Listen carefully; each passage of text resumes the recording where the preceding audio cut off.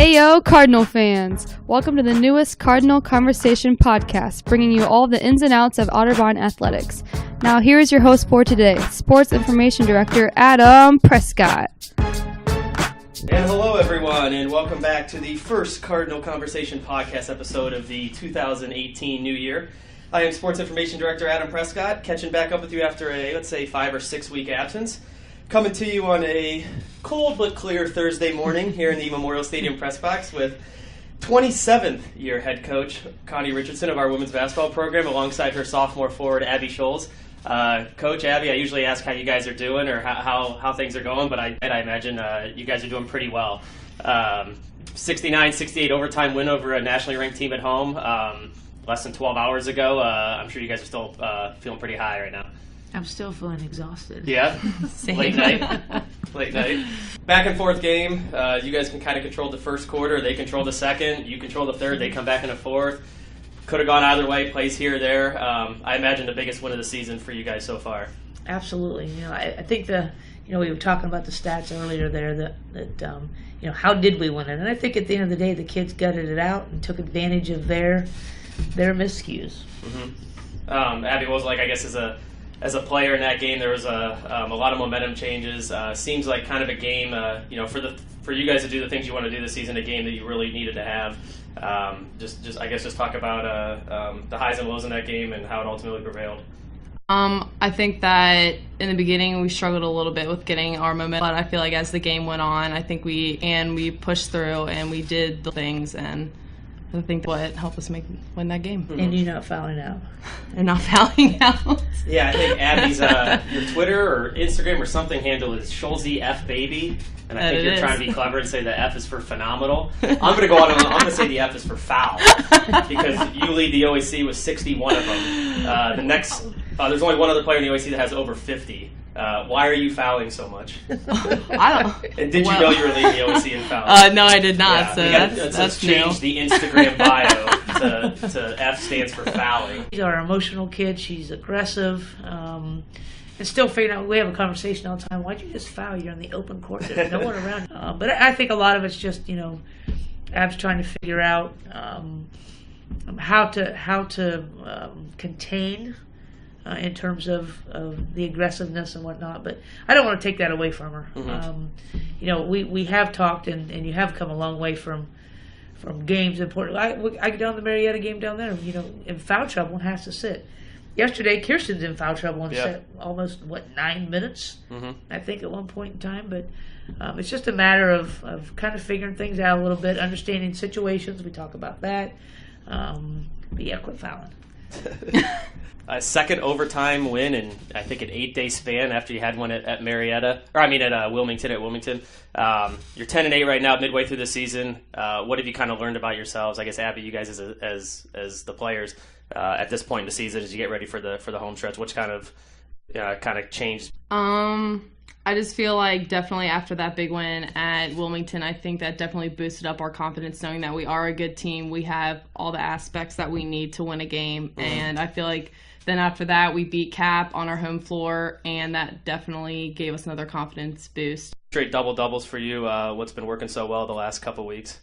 Honestly, I just think that, I don't know. Sorry if I get emotional here. I have this routine that I start doing now.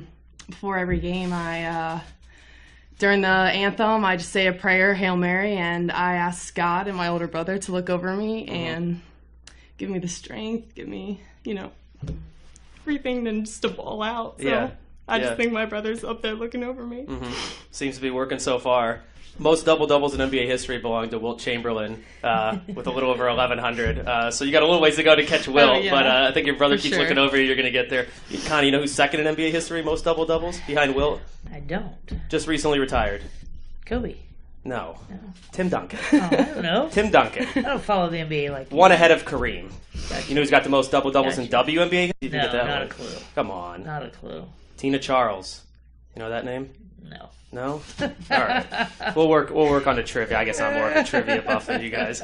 Another player on your team that's experienced a loss in her life. We're just talking about Abbie's story a little bit. J.C. Jones had the game winner last night. Lost her dad a few years back. Talked about him a little bit last night in emotional post game. I guess just talk about what it was like seeing JC in that moment.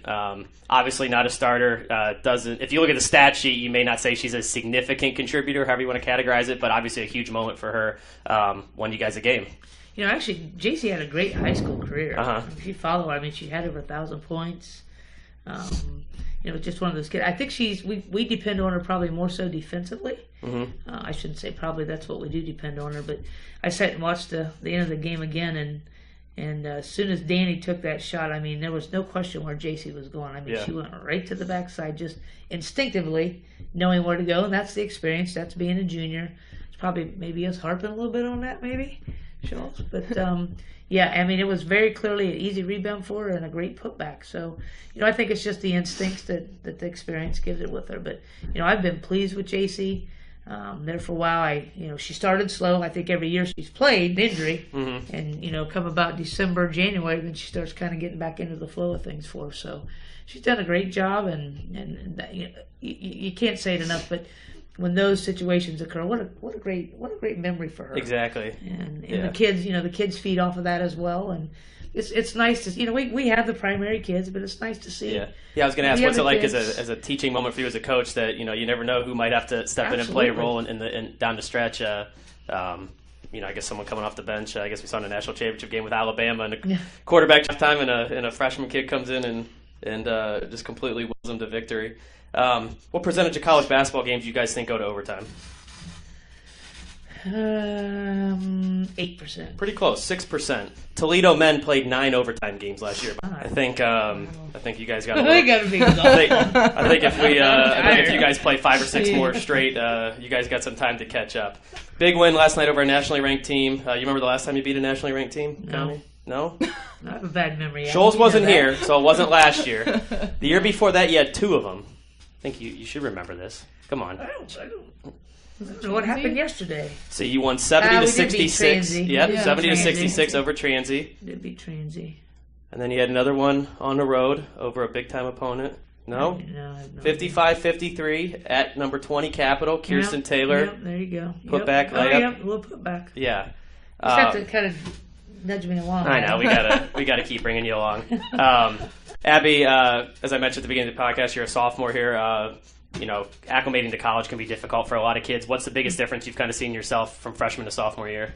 I just think it's getting back on the floor and getting back into my routine of knowing how I can play, just from my junior year of tearing my ACL, and then senior year not playing at all, and then last year getting on the floor, actually playing, and then from this year getting all my skills back and working on those and knowing the game I do. So. Yeah. Connie, what do you think biggest... Obviously, you see the kids over a 4-year span, but I think for a lot of kids, what have you seen out of Abbie that's kind of willed you guys here the last few weeks? I think she's our emotional leader. I think she's the kid that everybody responds to. The word is you guys use, but kids feed off of that part of what she brings to us. And I say I don't want to, and I say to Dee all the time, I don't want to take that away from her by saying you can't do this or you can't do that. I kind of got on you one time last night. Told you to keep your mouth shut and just play the game. I believe that was a conversation. But once again, I don't want to take that away because I think that's a big part of who she is. I think the thing that she's gotten extremely better at, obviously the rebounding, which I expect from her, but I think offensively she's starting to figure things out as well. So I think that's where she's definitely gotten better. My question is, do you have any timeouts left from last night? No. Does either team have any timeouts left? Did you get an extra 6 going into overtime? What was? You get a 30.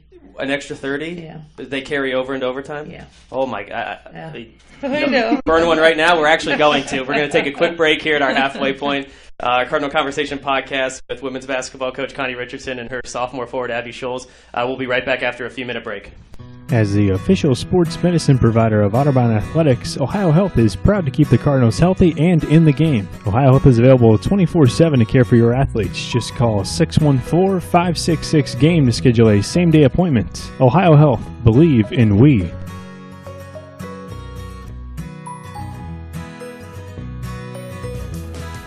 From the Sports Information Desk, this is your Cardinal Sports Update. Women's hoops team is a 69-68 win in over-team-ranked Marietta. It's a three-point play from junior guard J.C. Jones with 18 seconds left in overtime helped push the team past the Pioneers on home court. Junior Danny Kissel led all scorers with 17 points as one of three Cardinals scoring in double figures. Otterbine's men's hoops team suffered an 87-68 loss at 25th-ranked Marietta, slicing the deficit to 11 points early in the second half, where the Pioneers took control of the game for their 14th win of the year. Wrestling traveled to number 6 Baldwin Wallace this past Tuesday night, falling 29-7 to the Yellow Jackets despite battling in a handful of matches. Drew Casper, Willie Plaisir, and Jackson Laxo all currently find themselves ranked in the top 25 in the country, Casper leading the way at number 9. On tap for the weekend, wrestling travels to the Wheaton Invitational Friday and Saturday, while indoor track and field takes to the road Saturday for competition at the Findlay Classic.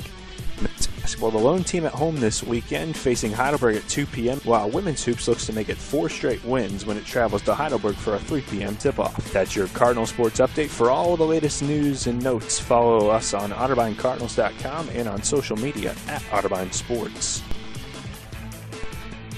Hey Cardinal fans, I'm women's track and field junior Sarah Bedell.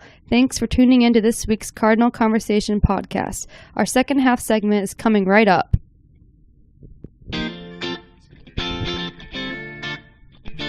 And welcome back to our Cardinal Conversation podcast. I'm Adam Prescott, coming to you with women's basketball coach Connie Richardson and her upstart sophomore forward Abbie Scholz. The team off of 3 straight wins, 10-8 on the midway point of the season, I guess we'll say, just over the halfway point. Guys, I want to have a little bit of fun here.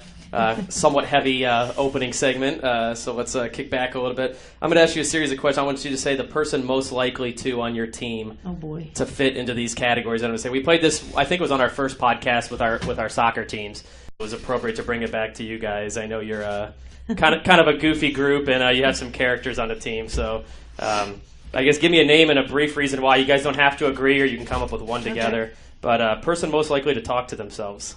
Alex, yeah. Alex. I have to tell her to shut up someday. Stop talking. Person most... Oh, yeah, might have to give me last names, too, just so all of our listeners are aware. Most likely to post their feelings on social media. Abbie Maduri, yes. Oh, I thought you meant this Abbie. No, Abbie Maduri. A little emotional one there. Person most likely to forget to brush their teeth in the morning. You.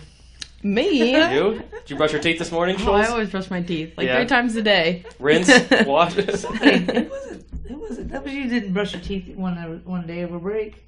Oh, I guess I could say either forgetting to brush their teeth or just doesn't care if they brush their teeth. I guess you might want to rephrase that. That's two different things.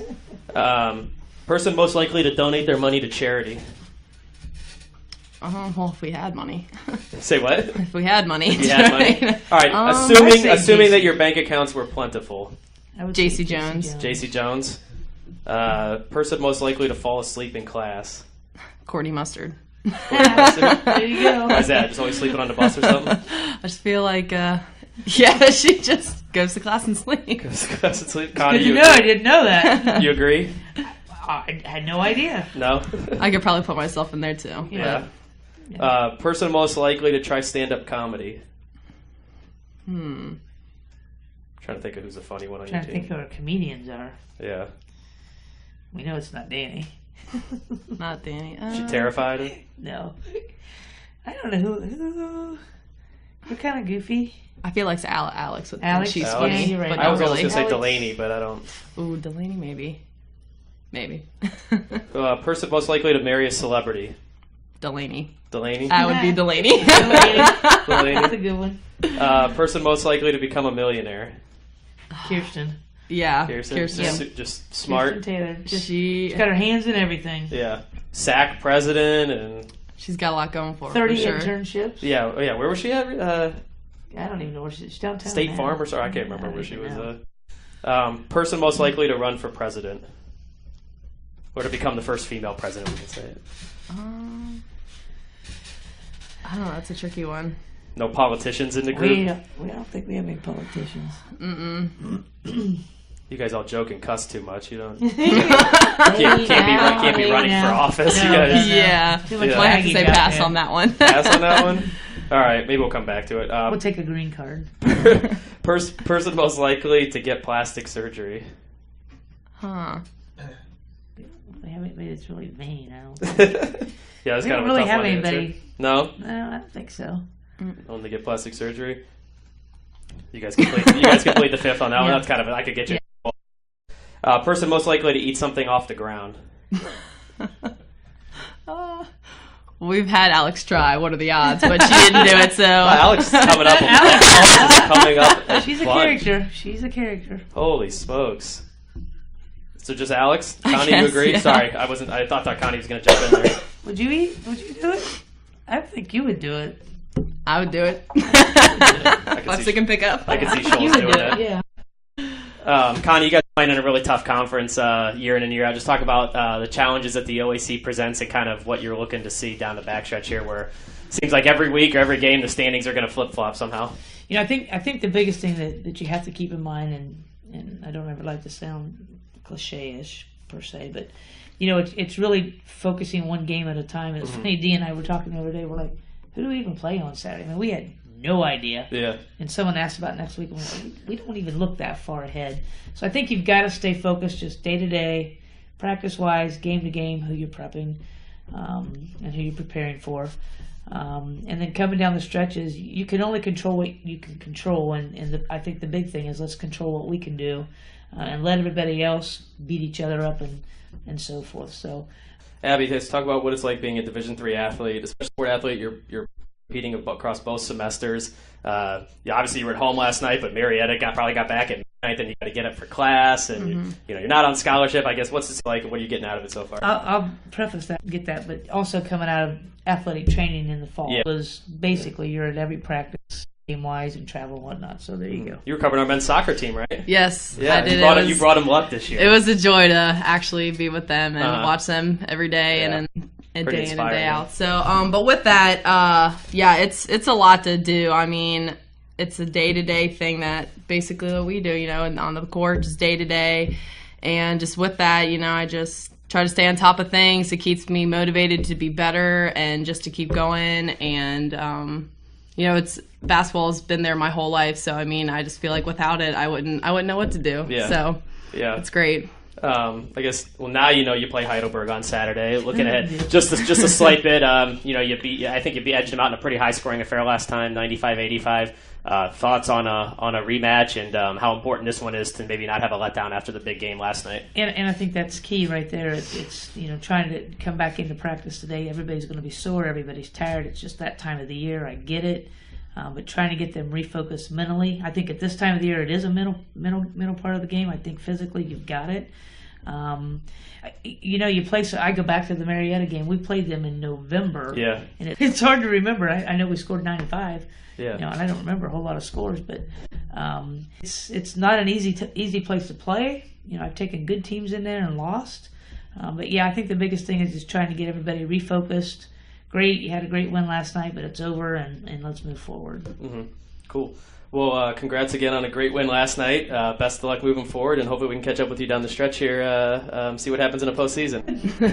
Thanks, Schultz. Thank you. Just a reminder to you by a few of our corporate sponsors, Visa, Ohio Health, Roush Honda, MSA Sport, and Education First Credit Union. Thanks for tuning in. Catch you next time. Thanks for tuning into the Cardinal Conversation podcast. Be sure to catch the latest episodes at OtterBineCardinals.com, on social media at OtterBine Sports. Catch you next time.